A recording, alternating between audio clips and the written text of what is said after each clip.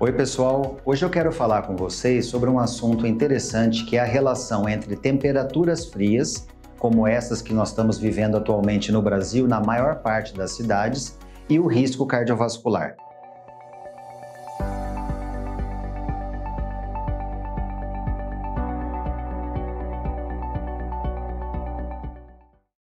O que nós sabemos pelos principais estudos é que no período de temperaturas frias, o risco de arritmia cardíaca, de alteração da pressão arterial e de um infarto ou do coração ou do cérebro aumenta significativamente. Se você fizer um teste, por exemplo, pegar gelo e colocar sobre a sua pele, você pode perceber que a pele fica pálida. Os vasos sanguíneos, eles praticamente desaparecem. Seria a mesma ideia do que acontece no nosso coração ou no nosso cérebro. Quando você está exposto a uma temperatura muito baixa em países com temperaturas realmente frias,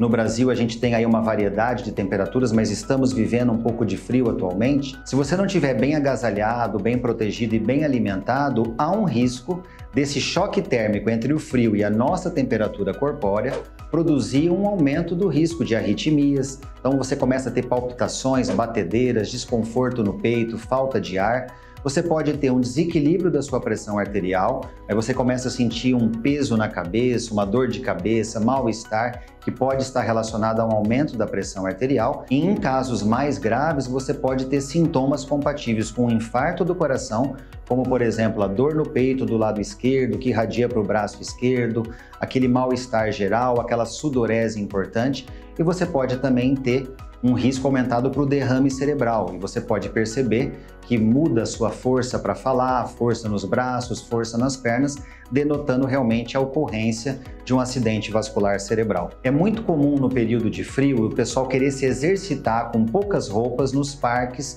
praias e bosques. Isso é muito perigoso, porque quando o tempo está frio a gente precisa proteger, causar um isolamento térmico no nosso corpo. E isso é feito de duas formas: ingerindo adequadamente os alimentos e até bebidas quentes, como por exemplo chás, para que o próprio alimento ou a bebida produza calor interno e, sobretudo, se agasalhando adequadamente, para que você possa isolar o seu corpo. Choque térmico em períodos frios pode ser muito grave, principalmente para aquelas pessoas que já têm história prévia de problemas cardiovasculares, uma história familiar muito rica de complicações cardiovasculares, para uma pessoa que tem já uma angioplastia ou stent no coração, para uma pessoa que já infartou previamente e está bem atualmente. Então, muito cuidado para não exagerar em épocas de frio, com exercícios ao ar livre, sem uma adequada proteção da sua temperatura. Nós temos que entender também que pessoas que têm uma certa dificuldade para controlar a sua pressão, que têm dificuldade para tomar adequadamente os seus medicamentos,